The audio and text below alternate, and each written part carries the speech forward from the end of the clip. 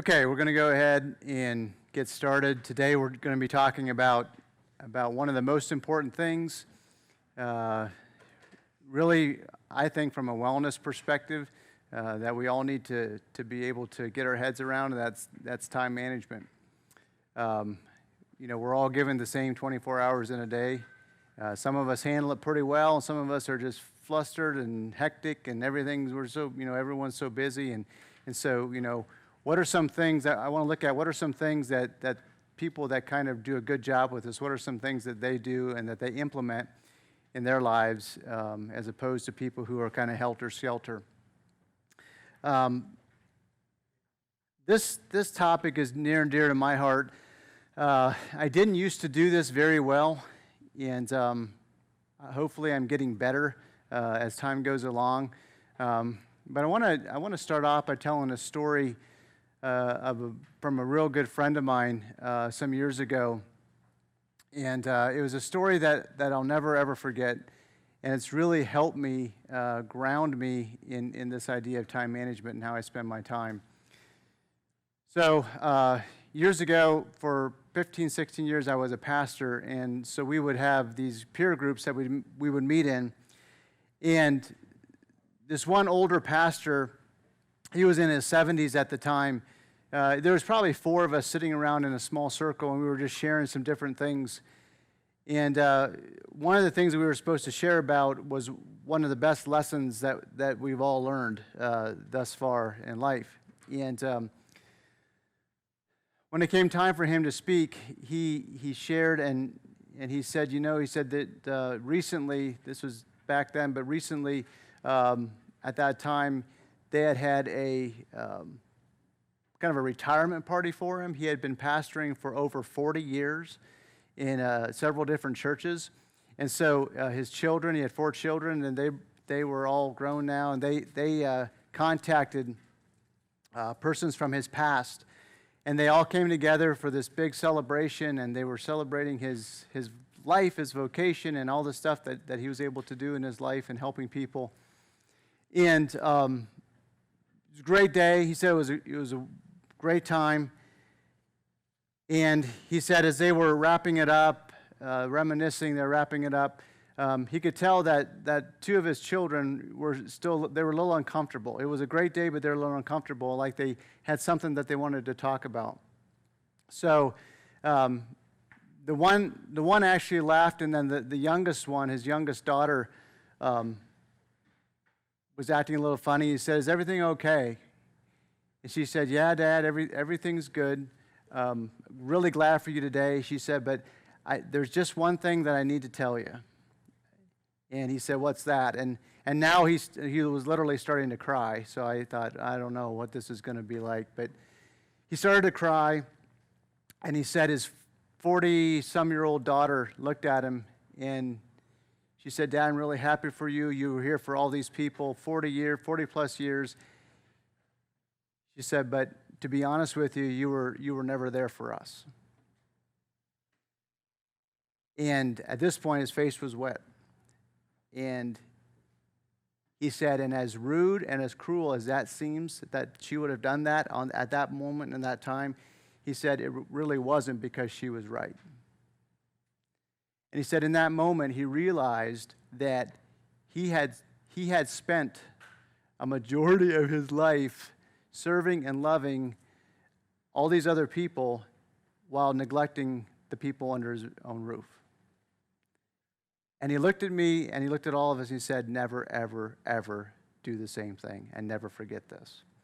So I was in my early 30s at that time. I've never forgotten it. And so that really, really helped me. He was able to move forward through that. He was able to reconcile, but he had to go and confess. I mean, the church really became his life. And so many times what I learned through that is many times we can do things that are really, really good,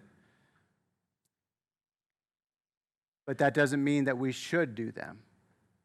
So we have to know how to prioritize, what to make a priority, and go from there. So really challenging story to begin with, and I encourage all of us to think about our own lives as we go through this. How are we spending our time? Because it's going to come down to this, and this is for every single one of us. It's going to come down to when we are that person, when we are in our 70s, when we are in our 80s, and when we are looking back on our lives, one of two words is going to define our lives, and it's going to either be reward or regret.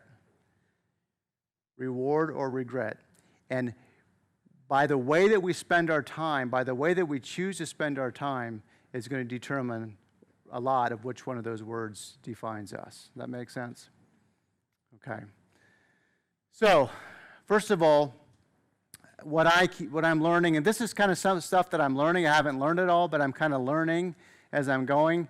One of the things I'm learning, this is in your notes, is to focus first on what matters most.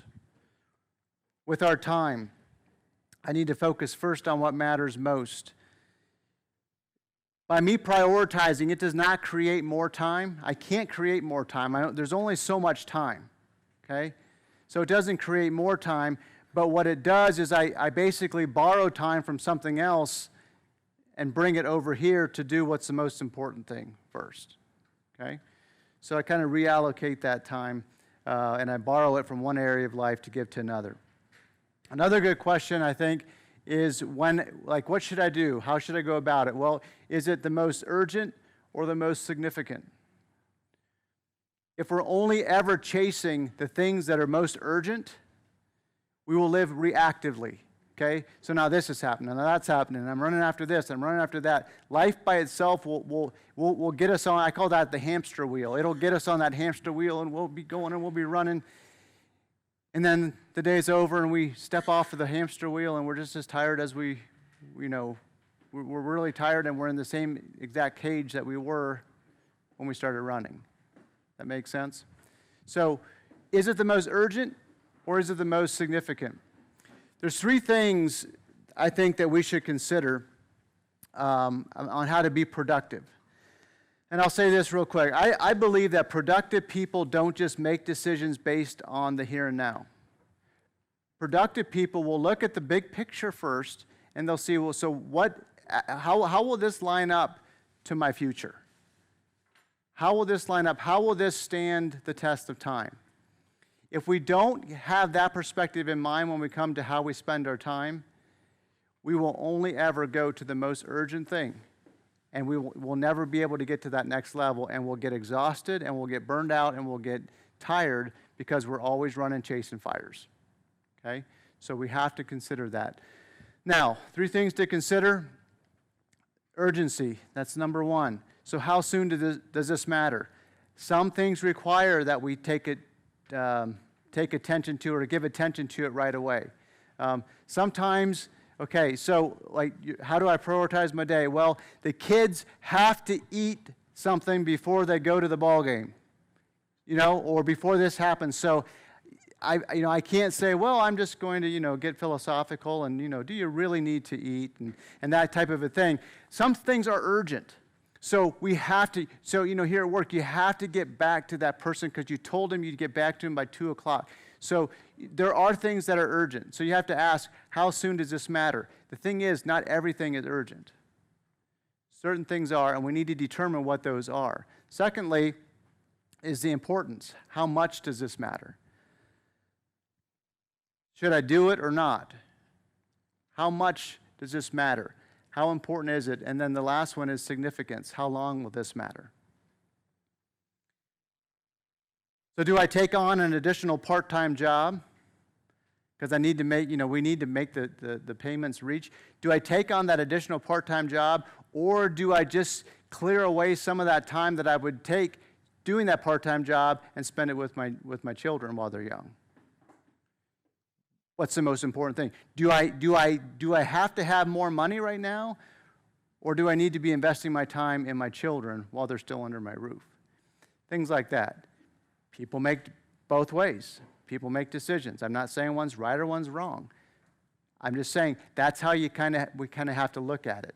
So how long will it matter? How long will it matter if you do take that extra time and invest it into your children while they're still under your roof? That one's near and dear to my heart. Our oldest one's in college in the fall. Our second one will also be in college. There goes my pocketbook, or my money, my checkbook. And then our third one is a junior in high school, so he will soon be rolling around too. So we are right at that place, and we're still with them, but I'm kind of reflecting back already, what are the things that I've done with them that were significant? How long will that matter? Well, however I treated them, however I was with them, is probably going to last with them the rest of their life because I set an example or a model for them. So you have to consider, is it worth being in the golf league? Is it worth being in the bowling league? Is it worth doing all these extra stuff? Is it worth being on 4 or 5 committees at church? All good stuff. All good stuff. Is it worth saying yes to everybody and then not being able to do the things that only you can do? Things to process, things to consider with how you're going to spend your time. Okay. A couple truths here. Less is more. This is not in your notes. This is just for free. Less is more. I guarantee you, doing less with more intentionality will produce greater results. Doing less with more intentionality will produce greater results. I would also, this is a whole nother lunch and learn, but I would say, I would encourage you to establish what I call an 80-20% margin. Schedule your weeks at 80% full and leave a 20% time tithe. We all know what tithing is with our money, right? 80% full, 20% tithe of your time. Leave it open as much as you possibly can. If you don't leave any time open, my weeks are just slam full. I'm so important. I got all this stuff. I'm a part of this and I'm part of that. I got all this stuff that I'm doing. It makes me feel so good. But why do initially, but then I'm burned out and I'm no good for anybody. So that's something that I've adapted in my own life. I try to plan my week at 80% full, leave 20% margin for whatever comes to fill it up. I've never yet come to the end of a week and there's just been nothing to fill it up. There's always something that will fill it up. But, and as a believer, I would say, I kind of call that as a time tithe to God and say, God, fill that with whoever or however you want. If I don't have time for that, it's not going to happen. So 3 things that I want to look at. Author Rory Vaden, this is where I get these 3 words. I'm going to elaborate on them. They're really good. The first thing we need to do in your notes there is eliminate. So how do I go about this and how do I do it the right way? The first thing that I need to do is I need to decide what I should eliminate. So some examples of things that can be eliminated. Unnecessary meetings can be eliminated. Long emails can be eliminated. Just go talk to him face to face and get it squared away. One thing that needs to be eliminated from a lot of people's lives is what I call over-volunteering. Over-volunteering. Again, good stuff. It doesn't mean, we're bar hopping every night and we're, trying to figure out, all that stuff. But most of this stuff is good stuff. But over-volunteering will take you to places, a burnout. And then you get resentful and you don't really want to go, right? And you're on a 2-year commitment and you can't wait for the first year, to be done so you can try to get off that committee, right? You ever been there? That needs to be eliminated. Sharing your opinion on everything, that should be eliminated. Because, especially when you share your opinion when you weren't asked, now you're getting into this stuff and you're going and it's going around and you're just like, well, I'm getting involved in this mess, okay? Those are some things we need to just be quiet and move on with our lives. So eliminate. So in your notes, I believe this is true. Time management is as much about deciding what not to do as it is about deciding what to do. We often think it's about, well, what should I do? What should I do? First and foremost, we have to decide what we're not going to do. Okay? What we're not going to do. There's a lot to say about that. Choose to say no. We are always saying, this is interesting, we are always saying no to something. Anytime that we say yes to one thing, we're simultaneously saying no to something else. If you say yes to this, you're saying no to that. If I'm saying yes, I'm going to have my job, but then I'm going to coach a sport, and I'm going to be on 2 committees at church, and I'm going to, be in this book study or Bible study, whatever it is. I'm going to be involved in all these things. Every time I say yes to what that is, I'm saying no to something else. So it's very, very important to remember that. We can say no and be nice. You can say no and be nice. I used to not know how to say no. I used to think if you ask me to do something, I'll do it because you think that I'm good enough to do it, or you wouldn't have asked me. Yep, I got it. Yep, I'll do it. Yep, I'll be on that committee. I'll do this. I'll do that. And it led me to a bad place. So we can say no and still be nice. So basically, say no to the things that don't matter so you can say yes to the things that do. Okay? Prioritize. Second one is delegate. Eliminate. And secondly, delegate. Share it. Share what you're doing. Allow other people to come alongside of you. Let them do it. I love this statement, and I'm going to share with you, and I really believe this. It is a service to allow someone the natural process of making their own mistakes. We are helping people. We are blessing people. We are helping them out when we allow them to make the natural progression of mistakes. The temptation is it would just be faster if I did it myself. Right? If I just did it myself, it would be faster. I got it. I'm not going to worry about asking. I've just got it. I got it. But what we're doing when we do that is we're pigeonholing ourselves. We're making ourselves too important. And when we're too important, let's say you're too important here at work, you can't even go on a week's vacation because you're too needed. Right? You don't want to be that needed. You want to be able to have that margin in that time where you can get away, and you know what? When I'm gone, he's got it. They've got it. Because you've taken the time to delegate and to teach other people to do that. So delegation is huge. With this, I would say that delegation has a multiplying effect. We multiply our time by spending time on things today that will give us more margin tomorrow. The more that I can teach someone else, the more that I can help them learn, the more that I can hand off to someone else, that's going to allow me to have more time to learn and to grow and to get, grow into other areas and to stretch. So if I have to do everything myself, and, Clippy and I work together, so if I have to do everything myself and micromanage him, if I can't just delegate things and hand things off to him or whoever else, if it's all about me, I'm then one that ends up drowning. And I'm bitter, right? Because I just got so much to do. So we've got to delegate, and we multiply our influence as well. So the last one is concentrate. So we've got to eliminate, you've got to delegate, and then concentrate. Rory Vaden talks about it this way. He says, either our lives are double-time, part-time, or full-time, free time. Double-time, part-time, or full-time, free time. What does he mean by that? Do 1 or 2 things extremely well versus 4 or 5 things sort of good. Okay? This is a lesson that I've had to learn. Do 1 or 2 things extremely well instead of 4 or 5 things so-so. You would not give anyone watered down Coke, would you? You know what? Let's just, I got some Coke here, and let's make it reach. So let's just keep putting more ice in it. And then, in order for it to stretch, let's just keep watering it down so we can get it to more people. Everyone loses, right? Everyone's like, it's wet, but it's not, just give me water, that type of thing. That's kind of what happens in our lives when we try to stretch ourselves too thin.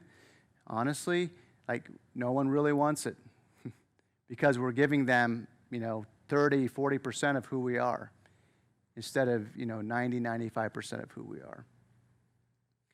So in my life, I realized that I needed to really concentrate on 2 things.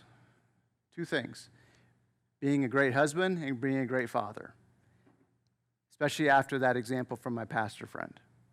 And so years ago, I decided what comes first and foremost, I'm going to be a great husband, I'm going to be a great father. I haven't golfed in about 12 or 13 years, and I used to golf. It's not wrong to golf. It was something that I decided, this has to go, this has to go, this has to go. If I'm going to give the proper time to this, and there have been times when I made time for my family and they didn't need me. They were all doing their own thing, especially the older they got. Then I had time. I still had time to do stuff that I wanted to do. But they got the first, I call it the fillet cut. They got that first cut because I decided that ahead of time. Haven't regretted it yet. So that's what I concentrated on. And I wanted to have a full-time, free-time life. So I'm involved in a lot of things, but I do a lot less than I used to do. Hopefully, I do it with more quality. Okay? So full-time, free time.